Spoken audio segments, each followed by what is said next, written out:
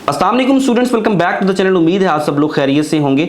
मेरा नाम एडवोकेट मलिक आकिब हजूर है और मैं पिछले 5 साल से दी लॉ अकेडमी के प्लेटफॉर्म से लॉ पढ़ा रहा हूं। तो अगर आप इस चैनल पर न्यू हैं तो मेरे चैनल को जरूर सब्सक्राइब करें ताकि फ्यूचर में आने वाली लेटेस्ट वीडियोस आप लोगों तक बर वक्त पहुंच सकें। आज की इस वीडियो के अंदर हम लॉ गैट की प्रिपरेशन को कंटिन्यू करते हुए जो हमारी सीरीज चल रही है उसके अंदर हम सिविल प्रोसीजर कोड के सब्जेक्ट को शुरू करने वाले हैं। अब सीपीसी का जो पोर्शन है हम उसकी अगर मार्क्स की डिस्ट्रीब्यूशन को देखते हैं तो टोटल 100 मार्क्स का आपके सामने पेपर आता है। मार्क्स की डिस्ट्रीब्यूशन आप सबको पता है। तो बहरहाल हमारे सामने जो इसकी मार्क्स की डिस्ट्रीब्यूशन है सिविल प्रोसीजर कोड की, आपके सामने जो है टोटल 20 मार्क्स का पेपर आएगा।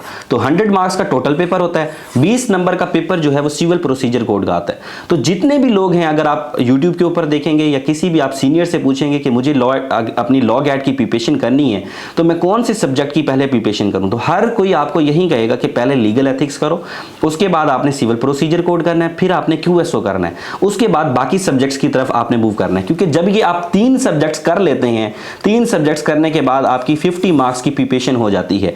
अगर हम देखते हैं सिविल प्रोसीजर कोड का हमारा सिलेबस, तो टोटल उसके 20 सफ़े नहीं बनते, 15 से 20 सफ़े बनेंगे और वो भी अभी मार्क्स की डिस्ट्रीब्यूशन में आपको दिखाऊंगा कि किस तरह से उन्होंने डिवीजन की हुई है।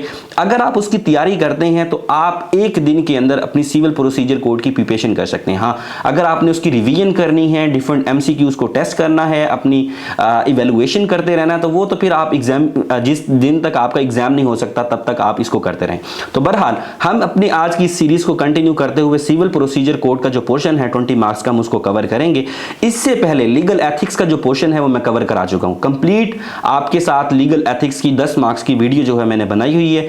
नीचे आपको डिस्क्रिप्शन के अंदर उसका लिंक मिल जाएगा या ऊपर आई बटन आ रहा होगा, उसके ऊपर क्लिक करके आप जो लीगल एथिक्स का लेक्चर है वो देख सकते हैं। तो हम ये जो सीरीज चला रहे हैं, इंशाल्लाह जो आपका नेक्स्ट लॉ गैट का टेस्ट होना है उसके अंदर आपकी कंप्लीट लॉ गैट की टेस्ट की हमने प्रिपरेशन कंप्लीट करवानी है। तो एक तो सबसे पहले देखिए, मैं आपके साथ कुछ चीजें डिस्कस करना चाहता हूं। मैं सिलेबस की तरफ पहले आता हूं और सिलेबस आपको दिखाता हूं कि सिलेबस बेसिकली क्या है। सिलेबस के अंदर आपके पास लॉ गैट का जो सिविल प्रोसीजर पोर्शन है वो 20 मार्क्स का पोर्शन है। अब 20 मार्क्स के अंदर 10 नंबर का जो पोर्शन है वो देता है सेक्शंस के अंदर से और 10 नंबर का सेक्शन जो है वो आपको देखता है ऑर्डर्स के अंदर।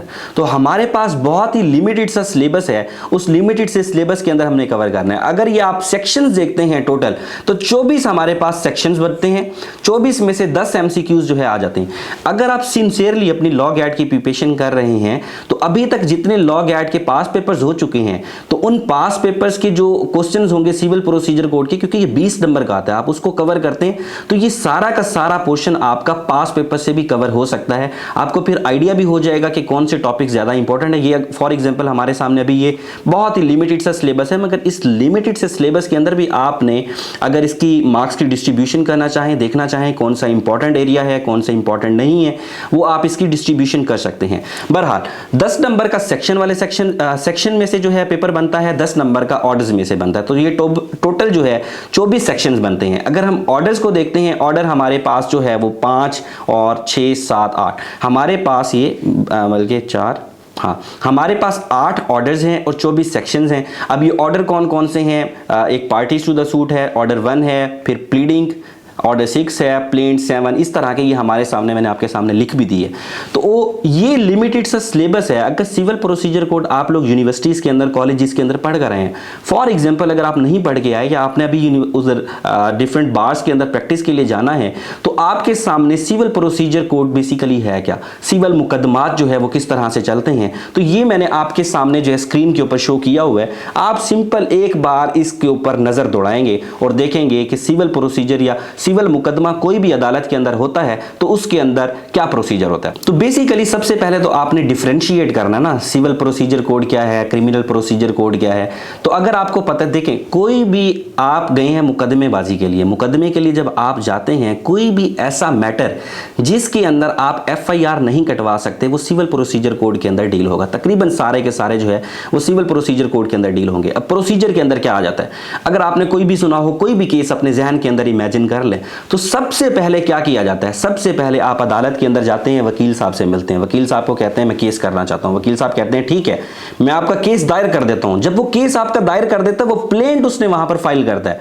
प्लेंट फाइल करने के बाद जो नेक्स्ट प्रोसीजर होता है, जब आप अदालत के अंदर अपना दावा दायर करते हैं उसके बाद उसको अगर एक्सेप्ट कर लेता है, कोई उसके अंदर मिस्टेक नहीं है, इनिशियल लेवल के ऊपर अगर कोई मिस्टेक होगी उसको वापस कर देंगे, अगर कोई मिस्टेक नहीं है उसके बाद वो कहेंगे ठीक है तलबाना इसका जारी किया जाए। तलबाना के अंदर क्या होता है, न्यूज़पेपर पीस होता है, अखबार इश्तिहार हो जाता है, समन पार्टी को किया जाता है कि आपके खिलाफ ये मुकदमा दायर किया गया है, आप अपनी सफाई के अंदर कुछ कहना चाहते हैं या नहीं। इसके अंदर एक दो अपॉर्चुनिटीज भी मिल जाती हैं, अगर दूसरी पार्टी नहीं आती तो एक्स पार्टी हो जाता है। बहरहाल हम उस तरफ नहीं जाएंगे, तो समन किए जाते हैं। समन के बाद अगर दूसरी पार्टी आ जाती है, दूसरी पार्टी आकर क्या करेगी, जाहिर सी बात है उसके ऊपर मुकदमा हुआ पड़ा है तो उसने आना है अदालत के अंदर आकर उसको फेस करना है। तो वो जो वहां पर दावे का जवाब देगा उसको कहते हैं रिटन स्टेटमेंट। तो रिटन स्टेटमेंट अदालत के पास आ गई, प्लेंट आ गई, उसके बाद दोनों को मद्देनजर रखते हुए अदालत इश्यूज को फ्रेम कर देती है।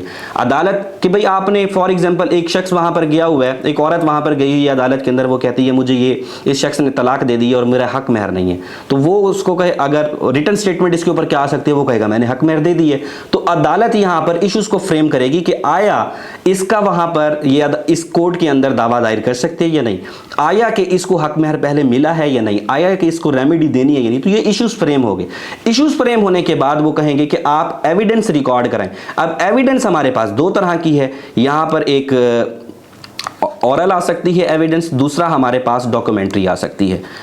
ठीक है, तो एविडेंस आ गई। एविडेंस के बाद जो है वकील साहब जाते हैं, जाकर आर्ग्यू करके आते हैं, अपने आर्ग्यूमेंट्स देते हैं, उसको क्लोज कराते हैं। क्लोज कराने के बाद जज साहब क्या करते हैं, जजमेंट या डिक्री दे देते हैं। अब जजमेंट या डिक्री आ गई है, उसके बाद अगर आपको वो फैसला पसंद नहीं आया तो आप उसके खिलाफ अपील कर सकते हैं, हायर फोरम के ऊपर आप लोग जा सकते हैं। तो ये बेसिकली टोटल प्रोसीजर होता है। अगर इसको हम फॉलो करें 8 से 9 महीने के अंदर हमारा केस खत्म हो सकता है। तो ये प्रोसीजर होता है।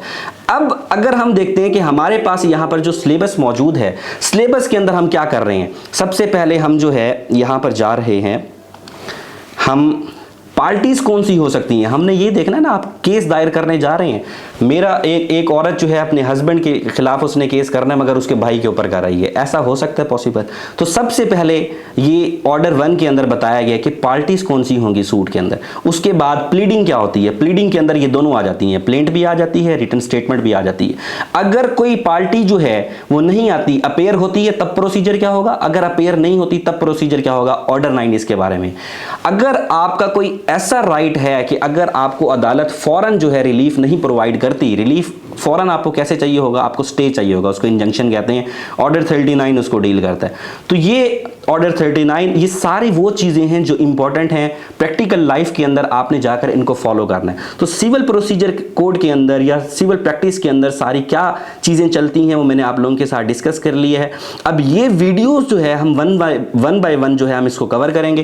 पहली वीडियो जो हम बनाएंगे उसके अंदर हम सेक्शंस को कवर कर देंगे, उसके अंदर हम वर्ड बाय वर्ड उसको देख लेंगे, उसके अंदर पॉसिबल क्वेश्चंस कौन से बन सकते हैं, एमसीक्यूज कैसे बनेंगे, पहले कौन से आए हैं वो हम कवर करेंगे। उसके बाद जो ऑर्डर्स हैं उसके ऊपर हम वीडियो बनाएंगे। हम ऐसी वीडियो नहीं, 1 घंटे की वीडियो हम नहीं बनाएंगे, हम अलग अलग ऑर्डर 1 के ऊपर अलग बना देंगे, 6 के ऊपर, 6, 7, 8, 9 इनके ऊपर अलग अलग वीडियोस बनेंगी, 39, 41 और 43 के ऊपर हम जो है एक ही वीडियो बनाएंगे। तो ये तकरीबन 6 से 7 वीडियोस जो है हम सिविल प्रोसीजर कोड का जो हमारी प्लेलिस्ट बनेगी उसके अंदर हम सारा का सारा कवर कर देंगे और आपके 20 मार्क्स की प्रिपरेशन जो है वो कंप्लीट हो जाएगी। तो उम्मीद करता हूं आज की इस वीडियो से जो जनरल आपका इसका क्राइटेरिया है सिविल प्रोसीजर कोड का, इसका सिलेबस है वो आपको समझ आ गया होगा। इसी से रिलेटेड अगर आपका कोई क्वेश्चन है तो नीचे कमेंट सेक्शन में या नंबर आपके सामने स्क्रीन के ऊपर शो हो रहा होगा, आप पूछ सकते हैं। मिलते हैं अगली वीडियो में। Thank you very much. अल्लाह हाफिज़।